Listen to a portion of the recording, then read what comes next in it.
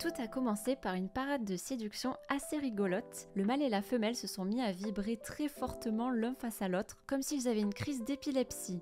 Vous allez voir que le pelmato est un très bon parent. En termes de reproduction en aquarium communautaire, à mes yeux il détrône même le guppy, qui est pourtant réputé pour faire beaucoup de petits. Parce qu'en fait ils défendent tellement bien leur ponte et en même temps ils forment des couples facilement, donc ils peuvent se reproduire assez fréquemment. Donc vous risquez de vous retrouver avec pas mal de pelmato si vous décidez un jour d'avoir un couple. À certains moments, le mâle a une expression très dubitative, c'est assez rigolo, face à la femelle qui vibre, alors que lui-même se met à vibrer juste derrière. On dirait qu'ils essaient de communiquer sans réussir à vraiment se comprendre. Ils ont arpenté l'aquarium ensemble pendant plusieurs heures en se suivant de très près et en inspectant toutes les plantes et les éventuelles cachettes. Les pelmatos ont souvent tendance à pas mal creuser dans le sable quand ils préparent une ponte. Ils peuvent faire des grands trous sous le décor et les plantes pour se faire une espèce de grotte à l'abri des regards. Mais dans le cas de ce couple, ils avaient encore jamais creusé et ça ne leur est pas venu à l'idée apparemment.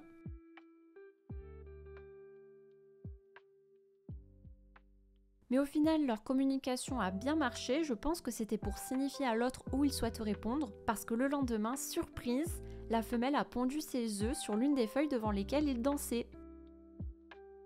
Au final, je pense que la feuille ne leur a pas plu, elle était vraiment en hauteur, en plein milieu de la zone d'eau et en plein milieu de l'aquarium, donc je pense que c'était trop découvert, puisque le lendemain j'ai découvert qu'ils avaient déplacé tous leurs œufs plus loin sur le sol, et c'est là qu'ils ont éclos.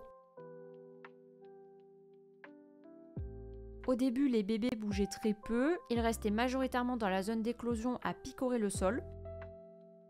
Ils sont dans un aquarium communautaire de 350 litres peuplé entre autres de gourami miel et perlé, de nez rouge, de cardinalis, d'un couple d'apistogramma et de corydoras, donc beaucoup de prédateurs potentiels pour les petits. Mais ce couple était très soudé, ils se relayaient pour aller manger et je faisais attention de nourrir le plus loin possible de cette zone pour éviter d'attirer les autres poissons qui pourraient manger les petits. Les parents ont vraiment joué leur rôle de manière exemplaire. Ils étaient en symbiose totale pendant toute la garde de leurs petits. Ensuite, les petits ont commencé à s'aventurer plus loin et alors là, ça devait être le grand stress pour les parents puisqu'ils sont obligés de les suivre. Les petits n'en font qu'à leur tête alors qu'ils peuvent se faire gober en une bouchée par n'importe quel autre poisson de l'aqua, mais les parents les défendent ardemment. Donc les petits peuvent faire leur vie comme si de rien n'était. Dans cet aqua, ce sont les pelmatos qui sont les plus grands avec les gourami perlés. Les gourami perlés sont à peine plus grands que les pelmatos, mais les pelmatos ont bien plus de caractère, donc ils n'ont pas trop eu de problème à défendre. Tous les autres poissons sont tenus à carreau pendant les 2-3 semaines d'escorte des petits. C'est pour ça d'ailleurs qu'on dirait que l'aqua n'est pas très peuplée sur les vidéos que je vous ai mis. En fait, tous les autres poissons étaient entassés dans l'autre moitié de l'aqua et ils évitaient soigneusement cette zone sous peine de se faire chasser. Les petits aiment bien se regrouper sur les feuilles et les bouts de bois. Je pense qu'ils essaient de trouver des micro-organismes pour se nourrir. Donc moi j'ai essayé de les aider à se nourrir en leur donnant des cyclopes congelés. Donc les cyclopes c'est des petits organismes très petits. C'est bien plus petit que les artémias ou que les daphnies. Donc j'avais pas plus petit sous la main. Donc je sais pas s'ils ont mangé ça, mais en tout cas ils grandissaient super vite. Le lendemain, les petits ont encore plus pris la confiance et ils se sont mis à se promener plus haut et dans une zone ouverte devant la vitre. Donc c'était juste à côté de la zone où elle a pondu au tout début et où en fait ça leur plaisait pas parce que je suppose que c'était trop exposé pour eux. Tout au long des séquences que j'ai filmées, si vous regardez bien, vous pourrez parfois voir un ou plusieurs petits qui ont l'air de picorer le corps des parents. En fait, les poissons ont une sorte de film gras qui recouvre leurs écailles et les alevins peuvent parfois grignoter ce film pour se nourrir. Par contre, j'ai pas l'impression que ça plaise trop aux parents parce qu'ils ont tendance à partir assez vite quand un petit fait ça. Dans cette séquence, on dirait que le mâle mange les petits. À première vue, j'avais eu peur qu'il en ait marre de s'en occuper et qu'il se mette à les gober, mais c'est simplement pour les déplacer. Parfois, quand un petit s'éloigne trop loin du groupe, l'un des parents va le chercher, il l'aspire dans sa bouche, puis il revient le recracher dans le groupe de petits. C'est très marrant et surprenant à observer. Et les petits ont pas du tout l'air traumatisés par l'événement, alors que pour eux, ça doit être impressionnant d'un coup, ils voient plus rien.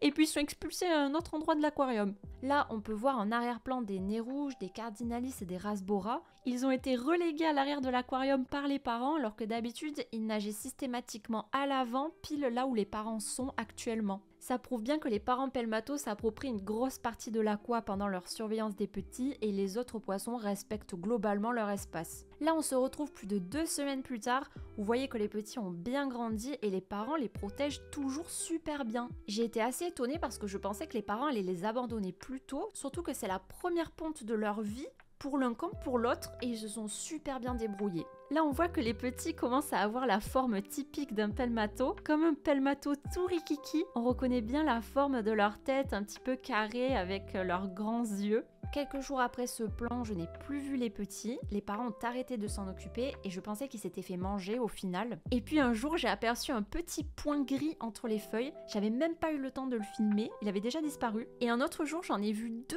en même temps. Et pareil, j'arrivais pas à les retrouver dans l'aqua et au fil du temps, en grandissant, je me suis retrouvée avec quelques pelmatos en plus. Les petits se sont super bien débrouillés pour se cacher des autres poissons et ils ont pu grandir tranquillement dans leur coin. Mais vraiment, je vous dis, moi je regardais mon aquarium tous les jours et il arrivait que pendant plusieurs jours d'affilée, je ne les aperçoive même pas. Et donc là, sur ce dernier plan, vous voyez l'un des bébés du tout début qui a bien grandi. Donc c'est une femelle et je l'ai déplacée dans un autre aquarium. Bien sûr, il y en a d'autres qui ont survécu, donc je me suis retrouvée avec un bon petit groupe de pelmatos.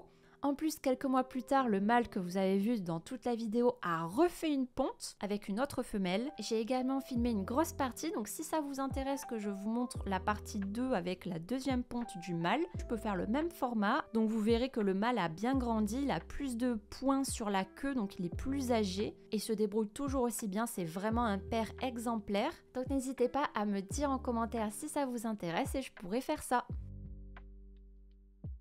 Hey, abonne-toi mon copain.